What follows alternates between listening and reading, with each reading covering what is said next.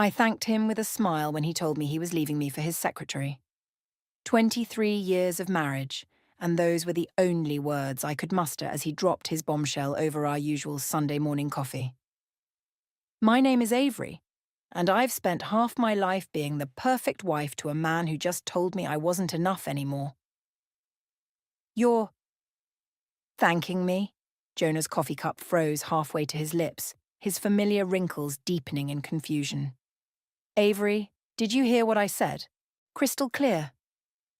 I took another sip of my coffee, savouring its bitter warmth. Her name is Claire, she's 29, and you've been sleeping with her for 6 months. How did you? Your cologne changed. You started working late on Thursdays. And you've been clearing your browser history religiously. I set down my cup with deliberate care. I'm not stupid, Jonah. I never was. He had the decency to look ashamed, but only briefly. I didn't plan this, Avery. It just happened. Claire. She understands me. She challenges me. Unlike your boring housewife who put you through medical school. The words slipped out before I could stop them. That was 20 years ago. People change. We've grown apart. As we take a brief pause, we'd love to know where you're watching from today. Drop your location in the comments below. Now, back to our story. I glanced around our kitchen, the one I'd decorated, the one where I'd packed countless lunches and kissed countless hurts better. Our daughter Audrey's graduation photos smiled down from the wall next to Gary's latest baseball team picture. Have you told the kids? I asked, though I already knew the answer. Not yet. I wanted to tell you first. He reached across the table for my hand. I pulled back. Don't. My voice was steady. When are you moving out? I've found an apartment. I can be gone by next weekend. He paused. Claire's waiting for me. Of course she was. Perfect, young Claire with her perfect makeup and designer clothes, paid for by my husband's successful medical practice, the one I'd helped him build while putting my own dreams on hold. Mum? Gary's voice from the doorway made us both jump. Our 18-year-old son stood there in his pajamas, eyes darting between us. What's going on? Your father was just leaving, I said, standing up. He has something to tell you and your sister later. Avery, Jonah started. Later, I repeated firmly. Gary, honey, would you put some coffee on? I need to make a phone call. I walked calmly to my home office, closed the door, and picked up my phone. My hands weren't shaking, that surprised me.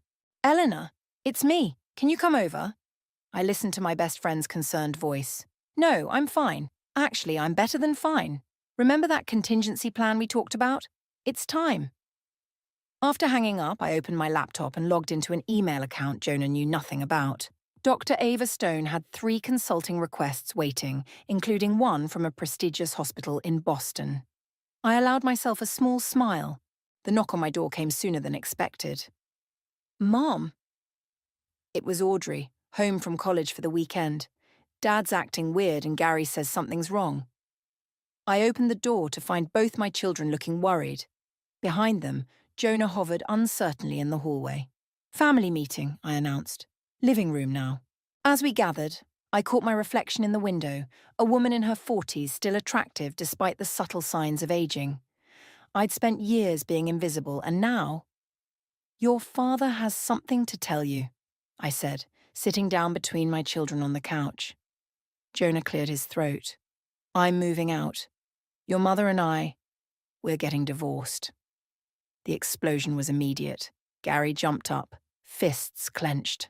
Audrey burst into tears. It's Claire, isn't it? Audrey's voice was acid. Your secretary? Really, Dad? How could you? Gary's face was red with anger. After everything Mum's done for you. I touched their shoulders gently. Your father's made his choice. We'll get through this. But Mom, Audrey turned to me, mascara running. What are you going to do? You've never even had a job. That's what they all thought. My children, my husband, our friends. Poor Avery, the devoted housewife who sacrificed everything for her family. They had no idea. Don't worry about me, I said, meeting Jonah's eyes across the room. I'll manage just fine. Eleanor arrived 20 minutes later, after Jonah had left, and the kids had retreated to their rooms. She found me in the kitchen, calmly making fresh coffee. "So," she said, sliding onto a bar stool, "are you ready to show them who Dr. Ava Stone really is?" I handed her a steaming cup. "Not yet. First, I want to watch him squirm." "The hospital's financial troubles aren't going away," Elena reminded me. "Sooner or later, he'll need Dr. Stone's help." "I know." I smiled that same smile I'd given Jonah earlier. "And won't that be interesting?" "Dr. Stone, your insight on this case has been invaluable," Dr. Mann's voice carried clearly through my laptop speakers. "The board would love to have you present at next month's conference." I adjusted my webcam slightly, ensuring my home office's carefully curated bookshelf remained visible behind me. "I'm honoured, Dorian, but you know my policy about in-person appearances." "Yes, yes, the mysterious Dr. Ava Stone," he chuckled. "Though I must say, your video consultations have revolutionized how we handle complex cases."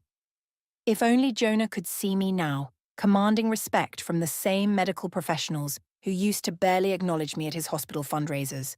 But that wasn't why I'd created Dr. Stone. Not entirely. A knock at my door interrupted my thoughts. "Just a moment, Dorian." I muted my microphone. "Come in." Audrey poked her head in. "Mum, I need to talk to you about—" "Oh, sorry, you're working." "Give me 5 minutes, honey." I turned back to my screen. "Dorian, I'll review the conference materials and get back to you tomorrow." After ending the call, I found Audrey waiting in the kitchen, picking at a bowl of cereal. 2 weeks had passed since Jonah's departure, and the dark circles under her eyes told me she wasn't sleeping well. "What's up?" I asked, pouring myself coffee. "Dad called. He wants us to have dinner with him. And her." She practically spat the last word. "And how do you feel about that?" "I told him to go to hell." She pushed her cereal away. "But Gary's considering it. Mom, how are you so calm about all this?" I sat down beside her. "Because I refuse to let his choices destroy what I've built." "What you've built? Mom, you've been a housewife since I was born." The words stung even though I knew they shouldn't. "Actually, there's something I need to tell you and Gary." "Where is he?" "Upstairs, probably texting Dad again." She rolled her eyes. "He's worried about him. Apparently the hospital's having problems." Perfect timing. "Gary?" I called. "Family meeting." Minutes later, we sat in the living room, my children watching me expectantly. I took a deep breath. "What I'm about to tell you needs to stay between us for now." I opened my laptop and pulled up Dr. Stone's website. For the past 5 years, I've been running a medical consulting business. Their blank stares would have been comical under different circumstances. "You're... what?" Gary leaned forward, squinting at the screen. "Dr. Ava Stone," I said, clicking through to my credentials page. "I've been consulting for hospitals across the country, helping with their most challenging cases." "But how?" Audrey's voice was barely a whisper. "When did you... remember those online courses I took while you were in high school? The ones your father dismissed as my hobby?" I smiled. I was completing my master's in healthcare administration. Then came the certifications, the networking, building my reputation. "Does Dad know?" Gary asked. "No. And he's not going to. Not yet." Understanding dawned on Audrey's face. "The hospital's financial troubles. They need someone like Dr. Stone, don't they?" "They do." I closed my laptop. "And eventually they'll find me. But first, I need you both to understand why I kept this secret." "Because of Dad," Gary said flatly. "He would have taken credit for it somehow." Smart boy. "Partly, but mostly because I needed to prove to myself that I could do this on my own." My phone buzzed. Elena's text reminded me of my afternoon consultation. "Mom?" Audrey's voice was different now, filled with something like awe. "How much do you make doing this?" I named a figure that made both their jaws drop. "Holy shit," Gary whispered. "We're not going to lose the house."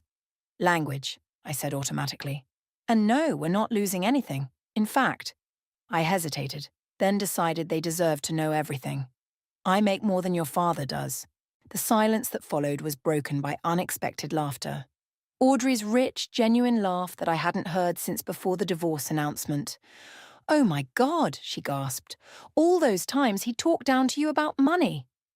"Does Elena know?" Gary asked. "She's been my confidant from the start. Speaking of which..." I stood up, gathering my materials for the afternoon call. "I have a consultation in 20 minutes. Questions?" They had dozens, of course, but the most important one came from Audrey. "When are you going to tell him?" "When the time is right." I touched her cheek gently.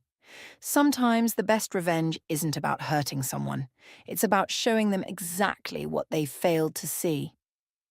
As I headed back to my office, I heard Gary say, "Damn, our mom's a badass." I smiled, thinking of the email I'd received that morning from Jonah's hospital board. They were looking for an external consultant to help restructure their failing departments. They'd heard wonderful things about Dr. Ava Stone. Sometimes karma works in mysterious ways. And sometimes, if you're patient enough, it works exactly as planned. "The hospital's cutting my department's funding by 30%. Jonah's voice crackled through my phone speaker. "I need to talk to you about the house." I stirred honey into my tea, watching rain streak down the kitchen window. "The house isn't for sale, Jonah." "Avery, be reasonable. We need to liquidate assets." "No, you need to liquidate assets. I'm staying right here with our children." A frustrated sigh. "Can we meet? Please. There are things we need to discuss face to face." I checked my calendar. Dr. Stone had a video consultation in 2 hours. Fine. Coffee shop on Main Street, 1 hour. The cafe was nearly empty when I arrived. Jonah sat in a corner booth looking significantly more disheveled than I remembered. His designer watch was conspicuously absent. "You look well," he said, as I slid into the seat across from him. The surprise in his voice was almost worth the extra time I'd spent on my appearance. "You look terrible." I ordered a latte from the hovering waitress. "Where's Claire?" He flinched. We're taking a break." "Trouble in paradise already? It's only been 3 weeks." "Can we not?" He rubbed his face. "The hospital's in serious trouble, Avery. They're bringing in some hotshot consultant, Dr. Stone. But until then, we're all facing cuts." I sipped my coffee to hide my smile. "Sounds serious." "It is. Look, I know you have no reason to help me, but you're right. I don't. Think of the kids." His voice rose slightly, drawing attention from nearby tables. "This affects their future too. College funds, inheritance." "Their college funds are secure," I cut in. "I made sure of that years ago." He blinked. "What do you mean?" "I mean, I'm not the financial idiot you always assumed I was." I set down my cup. "The kids are taken care of. The house is paid for. Your problems are your own." "How?" His face reddened. "Where did you get the money?" "Mom?" Gary's voice interrupted us. He stood by our table, still in his baseball uniform, looking between us uncertainly. "Everything okay?" "Perfect timing, honey." I stood up. "Your father was just leaving." "Gary, wait." Jonah reached for our son's arm, but Gary stepped back. "Save it, Dad. I heard about Claire dumping you for that farmer rep." He turned to me. "Practice ended early. Need a ride home?" I gathered my purse, leaving Jonah staring at his cooling coffee. Outside, Gary held the umbrella over us both. "Claire left him?" I asked as we walked to the car. "Yeah. Audrey heard from her friend who works at the hospital. Apparently Dad's not such a great catch now that his department's tanking." Back home, I found Audrey in my office, staring at Dr. Stone's website. "Mum, they posted the consultation schedule for Dad's hospital." She pointed to the screen. "You're meeting with the board next week." "Virtually," I reminded her, "but eventually they'll want to meet in person." She spun in my chair. "What are you going to do?" "I'm going to do my job." I perched on the desk edge. "Dr. Stone is going to review their cases, analyze their procedures, and make recommendations to save their departments. Including Dad's, including your father's." I smiled. "Though my recommendation might be that his department needs new leadership." "Savage," Gary called from the doorway. "But won't he lose everything?" "He'll lose what he deserves to lose." I stood up, straightening my blazer. "Now who's hungry? I'm thinking pizza." Later that night, Elena called. "Jonah cornered me at the grocery store," she said without preamble. "He's desperate to figure out how you're managing so well." "What did you tell him?" That maybe he should have paid more attention to his wife instead of his secretary. She paused. The board's talking about Dr. Stone non-stop. They're calling you their last hope. I logged into my email, scanning the latest hospital reports. Their problems go deeper than they realise. The entire management structure needs an overhaul. And Jonah will be treated like any other department head. I opened his department's file. Though his numbers are particularly troubling. Avery, Elena's voice softened, are you sure you can stay objective about this? Watch me. After hanging up, I found both kids in the living room, heads bent over their phones. Dad's texting again, Audrey announced. He wants to know if we've noticed anything different about you lately. If you've been acting strange. What did you say? I told him you seem happier than ever, she grinned, which is true. He's getting desperate, Gary added. Asked if you'd mentioned any new friends or jobs. I sat between them on the couch. You know this might get messy when the truth comes out. Mom, Audrey took my hand, it's already messy, but for once you're the one in control. Yeah, Gary agreed. And honestly, it's pretty cool watching Dad squirm. I squeezed their hands, thinking of next week's board meeting. Soon, Dr. Stone would begin dismantling the hierarchy that had protected men like Jonah for years. And I would enjoy every minute of it. Dr. Stone, your recommendations are quite radical. The hospital board chairman's face filled my screen, his expression a mix of concern and admiration. Particularly regarding the cardiology department. Radical problems require radical solutions, I replied, adjusting my webcam. Dr. Jonah's leadership has cost the hospital millions in inefficiencies and questionable procedures. A new window popped up on my screen, Dorian Mann requesting to join the call. I accepted, keeping my expression neutral as his familiar face appeared. Sorry I'm late, he said. I've been reviewing Dr. Stone's proposals and I have to say they're brilliant. The gala next month would be the perfect venue to present these changes. My heart skipped. The gala? Yes, the annual Medical Excellence Awards. The chairman nodded enthusiastically. Dr. Stone, we insist you attend in person. Your presence would add significant weight to these recommendations. Before I could decline, Dorian jumped in. I've already taken the liberty of nominating you for innovation in healthcare management. The committee was quite impressed. My phone buzzed. Eleanor's text read, It's time. You can't hide forever. I'll consider it, I said carefully. Please send the details. After ending the call, I sat back in my chair, mind racing. The door creaked open and Audrey slipped in. Mom, Dad's downstairs. What? I stood up quickly. Why? He looks awful. She wrung her hands. Gary let him in. He's crying. I found Jonah in our living room, head in his hands. Gary hovered nearby, looking uncomfortable. They're going to fire me, Jonah said without looking up. This consultant, Dr. Stone, the recommendations just came through. My whole department is being restructured. That's not my problem, I said, but my voice wavered slightly. He finally looked up, eyes red. Please, Avery. You always knew how to fix things. Help me figure this out. Like you helped me when I wanted to go back to school. The words shot out before I could stop them. Or when I suggested improvements to your practice billing system. I was wrong, he whispered.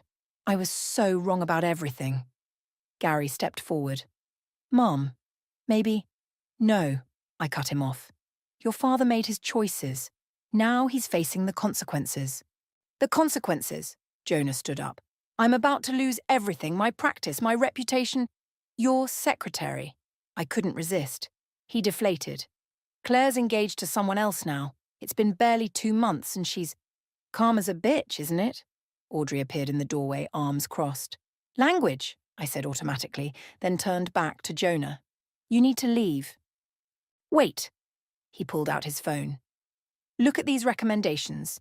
This Dr. Stone, they're ruthless but brilliant. If I could just meet them, explain my side. I glanced at the familiar document on his screen. My own words condemning his years of mismanagement. My phone rang displaying Elena's name. I need to take this. In my office, Elena didn't waste time. The gala invitation just hit my inbox. Dorian Mann is determined to have Dr. Stone there. I know. I sank into my chair. Jonah's downstairs right now begging for help. Oh, this is perfect. I could hear her grinning. Walk into that gala like the queen you are, accept that award and watch his face when… Mom? Gary appeared in the doorway. Dad's still here. He's talking about selling his car to keep the practice afloat. Eleanor heard him. Don't you dare feel sorry for him, Avery. I ended the call and returned to the living room. Jonah had pulled out more papers, spreading them across the coffee table. Look at these numbers, he was telling our children. If I can just prove to Dr. Stone that my department is worth saving. By fudging the figures? I picked up one of the sheets. Like you did last quarter. He froze. How did you… Get out, Jonah. I gathered the papers. And stop trying to involve our children in your professional failures. After he left, both kids stared at me. You're going to that gala, right? Audrey asked. You have to. It's time, Mom, Gary added. Show them all who you really are. My phone buzzed again. An email from Dorian Mann. Dr. Stone, I've taken the liberty of booking your hotel suite for the gala weekend. The awards committee is particularly excited about your work on hospital restructuring. Your presence would mean everything to the medical community. I looked at my children's eager faces, then at the family photo still hanging on the wall, taken years ago when I was just Jonah's supportive wife. Elena, I called her back. Book yourself a room for the gala weekend. I'm going to need my best friend there. Finally, she exclaimed. What made you decide? I watched Gary picking up Jonah's scattered papers, Audrey already scrolling through formal dress websites on her phone. Because it's time for Dr. Stone to step into the light, I said, and for Avery to step out of the shadows. The medical community won't know what hit them, Elena laughed. Neither would Jonah. The hotel ballroom sparkled with crystal chandeliers and medical elite. I adjusted my midnight blue gown, touching the name tag that read, Dr. Ava Stone for reassurance. Stop fidgeting, Elena whispered beside me. You look amazing. I see him. I nodded toward the bar where Jonah stood with other department heads, his rented tuxedo slightly ill-fitting. He has no idea I'm here. Ladies and gentlemen, Dorian Mann's voice boomed through the speakers. Please take your seats for dinner. We found our table near the podium. My hands shook slightly as I unfolded my napkin. Dr. Stone, a woman approached our table. I'm Autumn Wolfe from Medical Weekly. Would you mind if I asked you a few questions later? After the awards, I promised, watching Jonah being seated 3 tables away. Dorian took the stage, his silver hair catching the spotlight. Tonight, we honor those who have transformed modern medicine. But first, let me introduce our keynote speaker, the brilliant consultant who's revolutionizing hospital management across the country, Dr. Ava Stone. The applause was thunderous. Eleanor squeezed my hand as I stood. You've got this, she whispered. I approached the podium feeling hundreds of eyes on me. In the middle distance, I saw Jonah's face, politely attentive but unrecognizing. Thank you, Dorian. My voice carried clearly through the microphone. Before I begin, I'd like to share a story about underestimated potential. The room quieted. 23 years ago, I put my dreams on hold to support my husband through medical school. I was told to be content as just a doctor's wife. I paused, meeting Jonah's eyes directly. He told me I wouldn't understand the complexities of his work. Jonah's expression shifted from confusion to dawning horror. But what he didn't know was that I spent years studying, learning, and building something of my own. While he dismissed my little hobbies, I was earning my master's degree. While he belittled my suggestions about his practice, I was consulting for major hospitals. Murmurs rippled through the crowd. Jonah half rose from his chair. My name is Dr. Ava Stone, but some of you might know me better as Avery, the former wife of Dr. Jonah from Metropolitan General. The gasps were audible. Autumn Wolfe was frantically taking notes. The recommendations I've made for Metropolitan weren't born of malice, but of professional assessment. Every criticism, every suggested reform, is backed by data. I lifted my chin. Including those regarding the cardiology department. This is impossible, Jonah's voice carried across the silent room. You're lying. Actually, Dorian stepped forward. Dr. Stone's credentials are impeccable. Her work has saved countless lives and millions of dollars. And now, I continued, my voice steady, I'm honoured to accept this award not just for myself, but for every person who's been told they're not enough. Success is the best revenge, but competence? That's revolutionary. The standing ovation was immediate. Through tears, I saw Eleanor cheering, Autumn Wolf pushing through the crowd toward me, and Jonah slumping in his chair. Later, during dinner, Dorian raised his glass. To Dr. Stone, who proves that diamonds form under pressure. Mom? My phone buzzed with Audrey's text. You're trending on Twitter. Gary's recording the local news coverage. Jonah appeared at my table, swaying slightly. How could you do this to me? I didn't do anything to you, I replied calmly. I simply became who I always was. Dr. Stone, Autumn touched my arm. Would you comment on the gender bias in medical administration? Of course. I stood, smoothing my dress. But first, I believe my ex-husband was leaving. Security appeared silently, escorting a protesting Jonah out. Elena clinked her glass against mine. Worth waiting for? She asked. Every second. I turned to Autumn. Now, about that interview. The next hour passed in a blur of photographers, reporters, and congratulations. My phone buzzed constantly with messages from the kids. Dr. Stone, Dorian approached with a distinguished group. The board from Mayo Clinic would like to discuss a consulting opportunity. As I shook hands and exchanged cards, Elena slipped me a note. Jonah's outside, crying to anyone who'll listen. Claire just walked past him without even looking. I excused myself and stepped onto the balcony for air. The city lights sparkled below, matching the diamonds at my throat, bought with my own money, earned under my own name. Quite a night, Dorian joined me. You've caused quite a stir in the medical community. Change usually does. Your recommendations for Metropolitan? He hesitated. They'll be implemented in full, including the leadership changes. I nodded, thinking of Jonah's department. Sometimes healing requires surgery. Dr. Stone, Autumn called from the doorway. The Associated Press is on the line. I straightened my shoulders, feeling lighter than I had in years. Time to face the music. No, Dorian smiled. Time to conduct the orchestra. Inside, cameras flashed and questions flew, but all I could think was, finally, gloriously, free. Dr. Stone, how do you respond to allegations that your consulting work was motivated by personal vendetta? Autumn Wolf's microphone thrust toward my face as I tried to enter my office building. My work stands on its own merit, I replied, pushing through the crowd of reporters. The data speaks for itself. Your ex-husband claims you deliberately targeted his department, another reporter shouted. Elena appeared at my elbow, creating a path through the media circus. No more questions. Dr. Stone has appointments. Inside my office, I collapsed into my chair, watching the chaos through tinted windows. My phone rang, Audrey's face appearing on screen. Mum, have you seen the news? They're camping outside my dorm. I'm so sorry, honey. I never meant for this to affect you. Are you kidding? My roommate thinks you're a badass. She paused. But Mom, Dad's been calling non-stop. He's pretty messed up. My computer pinged with an incoming video call from Dorian. Sweetie, I need to take this. We'll talk later. Dorian's usually composed face looked strained. Avery, the board's concerned about the media attention. Your recommendations are solid, but the personal connection is irrelevant, I finished firmly. My analysis was objective and thorough.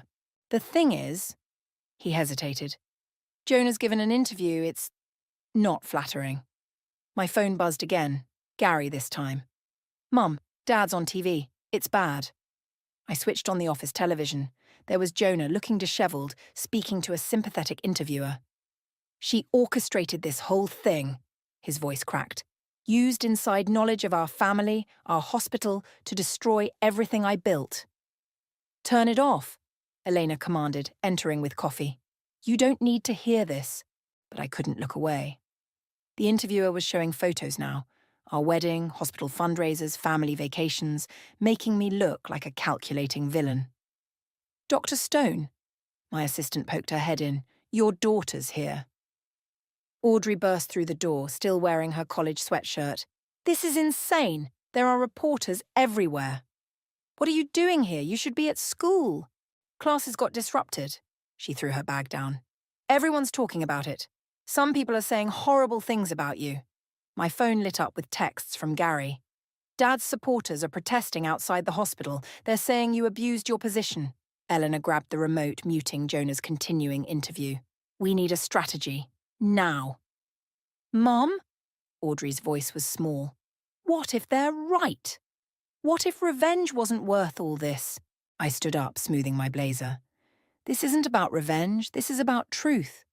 Dr. Stone, my assistant called again. Autumn Wolf is insisting on speaking with you. She says she has information you need to hear. I nodded. Send her in. Autumn entered, tablet in hand. You need to see this. Your ex-husband's interview. He left out some crucial details. She played a video. Claire, Jonah's former secretary, speaking to another reporter. Dr. Jonah knew about the department's problems months ago. He falsified reports, covered up mistakes. I left because I couldn't be part of it. Can we use this? Eleanor asked. Better. Autumn smiled. I've got testimonies from other hospital staff. Dr. Stone's recommendations weren't just accurate, they were necessary. My phone buzzed again. Dorian. The board's reviewed everything. We're standing behind you, Avery. Your work saved lives. Audrey hugged me suddenly. I'm proud of you, Mom, even with all this crazy stuff. Speaking of crazy, Elena pointed to the window, look who's here. Jonah stood in the parking lot below, surrounded by reporters. Our eyes met through the glass. He wants to talk, Gary texted. Says he'll tell the truth if you'll meet with him.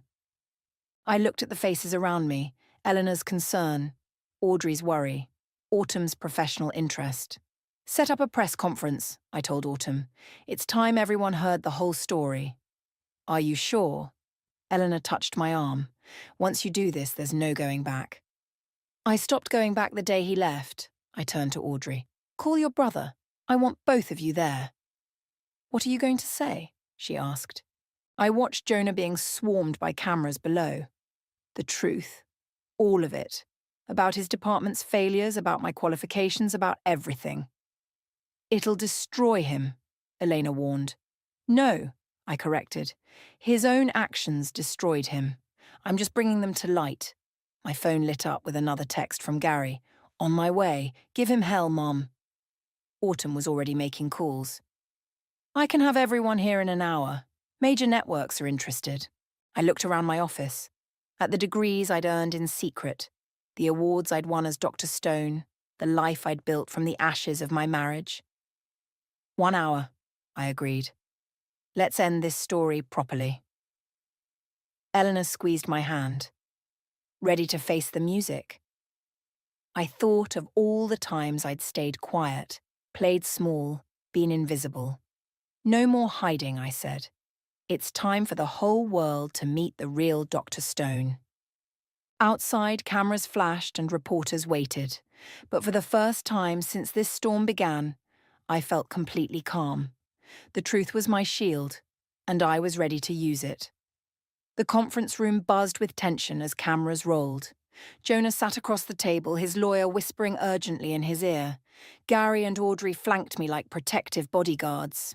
Thank you all for coming, I began, my voice steady. Recent events have raised questions about my professional integrity and motivations. Today, we'll address them all. Autumn Wolf leaned forward with her recorder.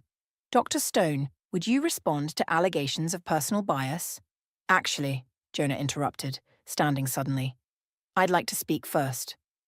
The room fell silent. My children tensed beside me. 23 years ago, he said, his voice rough, I married an incredible woman. She put me through medical school, raised our children, supported my career, and I... He swallowed hard. I made her believe she wasn't enough.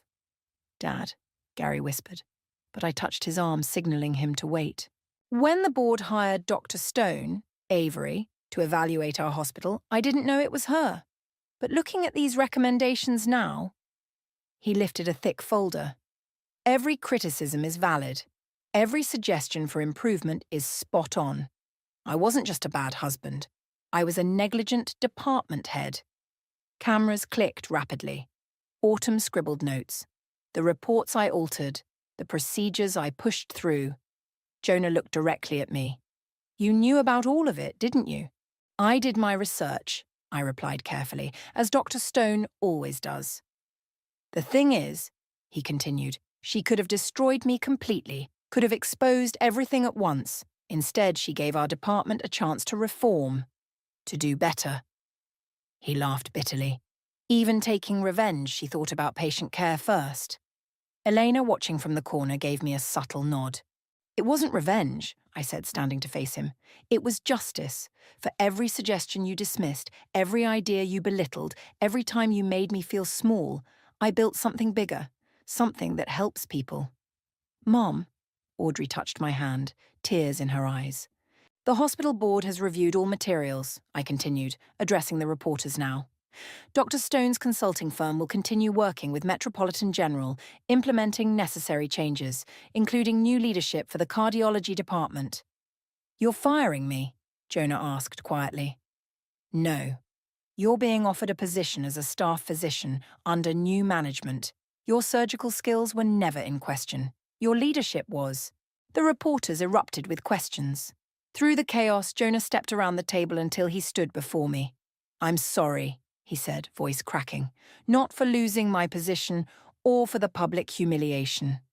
I'm sorry for not seeing you, really seeing you, all those years. Dad's crying, Gary muttered. I've never seen him cry. Avery, Jonah continued, you were never just my wife. You were always meant for more. I was too threatened to admit it. Autumn stood up.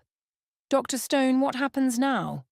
I looked at my children's faces, at Eleanor's proud smile, at Jonah's tear-stained cheeks.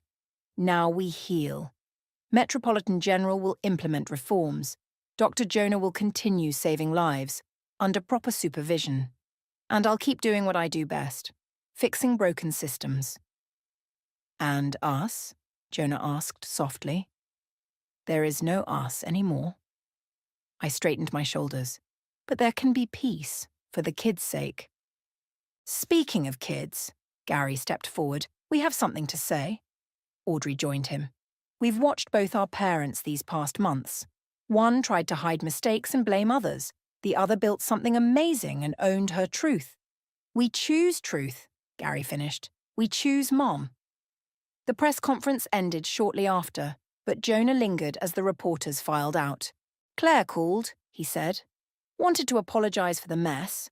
I told her you were the best thing that ever happened to me, and I was too blind to see it.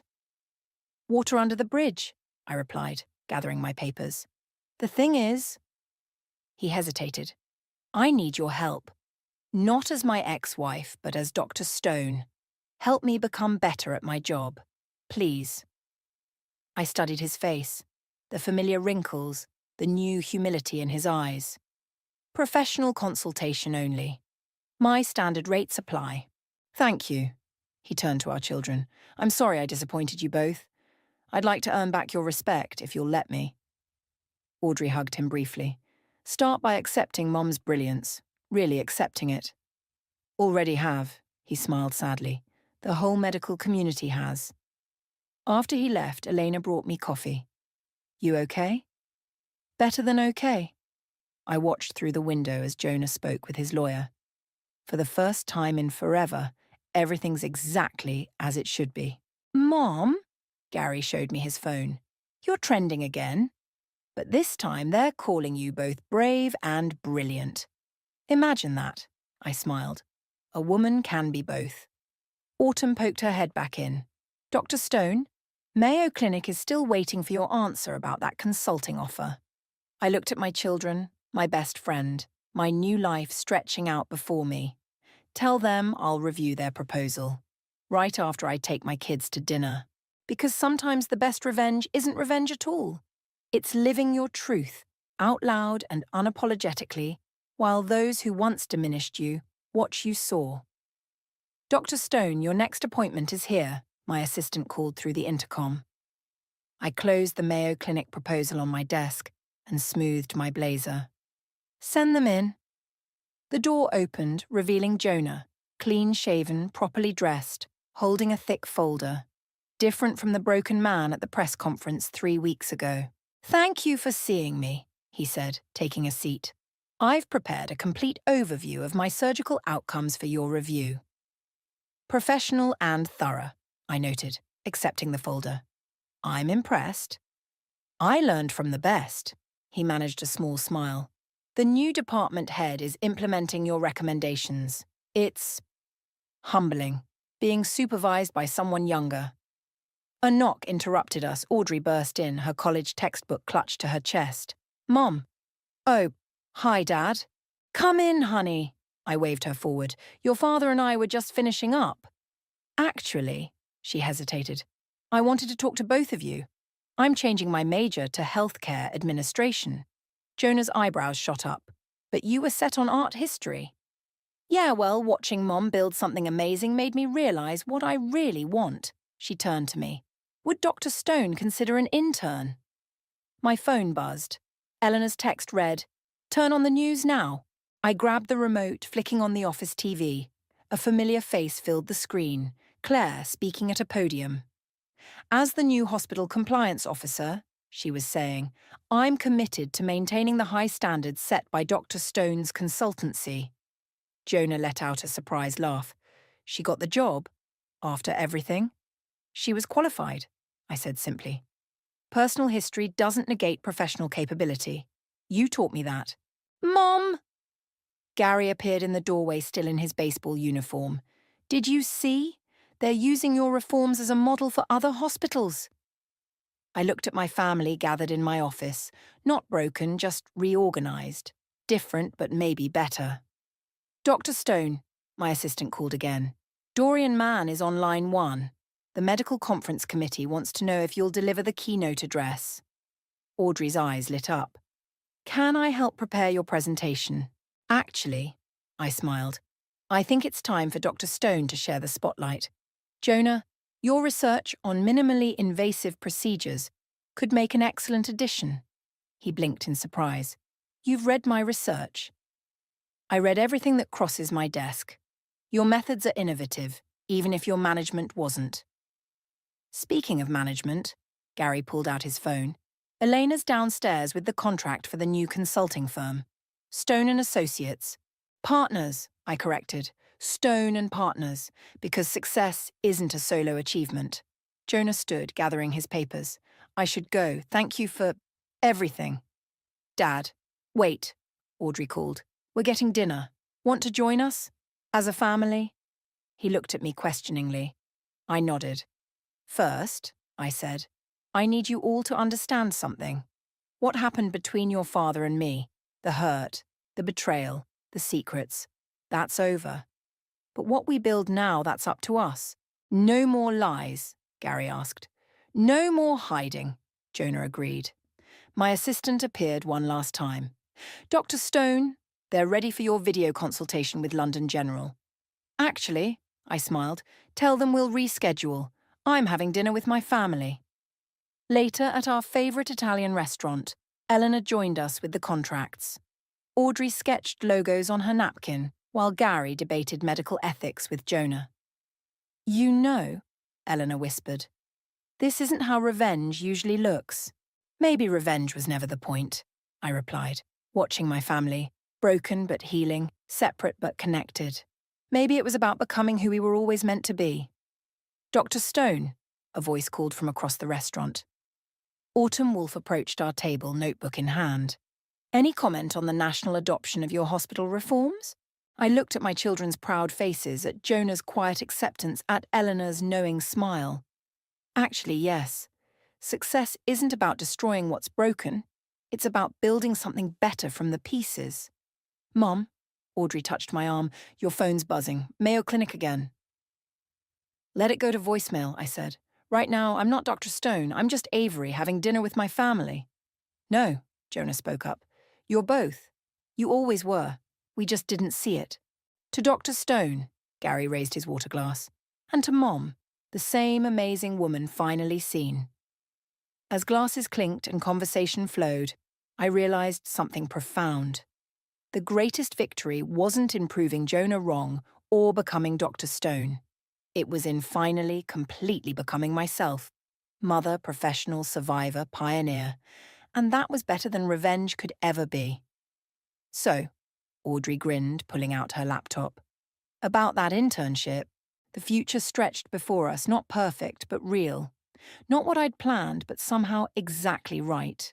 Because sometimes the happy ending isn't about getting even. It's about getting free.